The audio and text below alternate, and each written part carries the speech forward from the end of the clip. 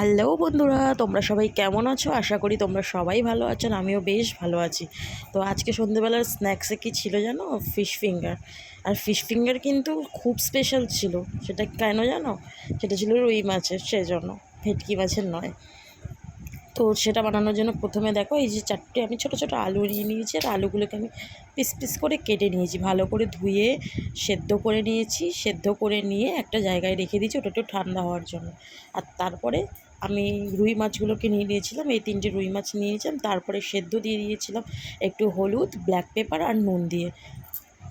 তারপর সেদ্ধ দিয়ে আমি ভালো করে কাঁটাগুলোকে ছাড়িয়ে নিয়েছিলাম, মাছের ভালো করে বেছে নিয়েছিলাম। আর এখানে আমি একটু আলুগুলোকে একটা মশলার ফ্রাই করে নেবো, তো সেই জন্য আমি একটু পেঁয়াজ কেটে নিয়েছি, একটু ধনেপাতা নিয়ে নিয়েছি, একটা টমেটোর হাফ নিয়ে নিয়েছি, আর একটু ছোটো ছোটো করে লঙ্কা কুচি মিহি মিহি করে কেটে নিয়েছি।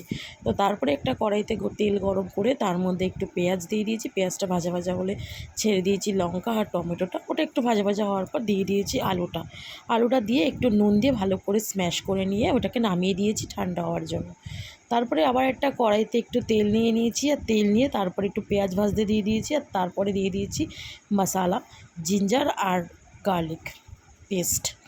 তো ভালো করে ওটা একটু কষিয়ে নিচ্ছিলাম। কষানোর পর ওর মধ্যে আর এক এক করে দিয়ে দিলাম হলুদ, লঙ্কার গুঁড়ো, নুন আর একটুখানি টেস্ট মেকার চিনি।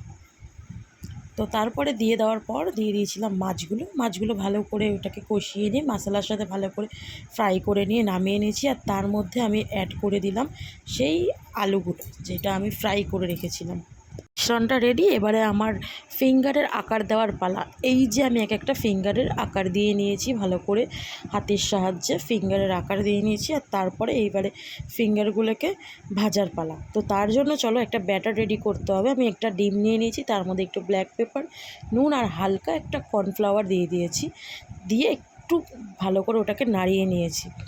দিয়ে তারপরে এবার আমি কোট করে নেওয়ার পালা ফিশ ফিঙ্গারগুলোকে।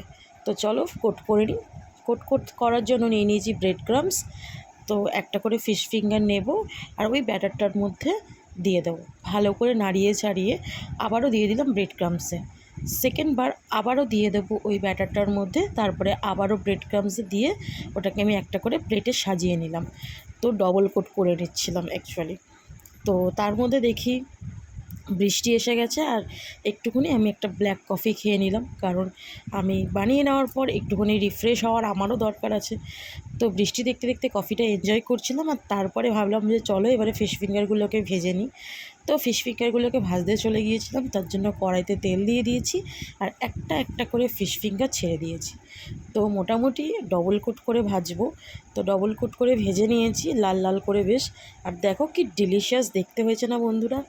তোমরাও কিন্তু বাড়িতে এইভাবে বানিয়ে খেও, আর কেমন লাগলো সেটা আমাকে অবশ্যই কমেন্টের মাধ্যমে জানিও। তো বন্ধুরা, এবারে কিসের ওয়েট করছো? চলে যাও কিচেনে আর বানিয়ে ফেলো এইরকমভাবে মুচমুচে ফিশ ফিঙ্গার। আর কেমন লাগলো আমার ভিডিওটা সেটা কিন্তু আমাকে কমেন্টে জানিও, আর শেয়ার করতে ভুলো না। যারা নতুন তারা অবশ্যই আমাকে ফলো করে দিও। চলো এবারে সার্ভ করার পালা। এই যে সার্ভ করে দিয়েছি সবাইকে, আর সবাই তো খেয়ে মোটামুটি ভালোই বলেছে। আশা করি তোমাদেরও ভালো লাগবে।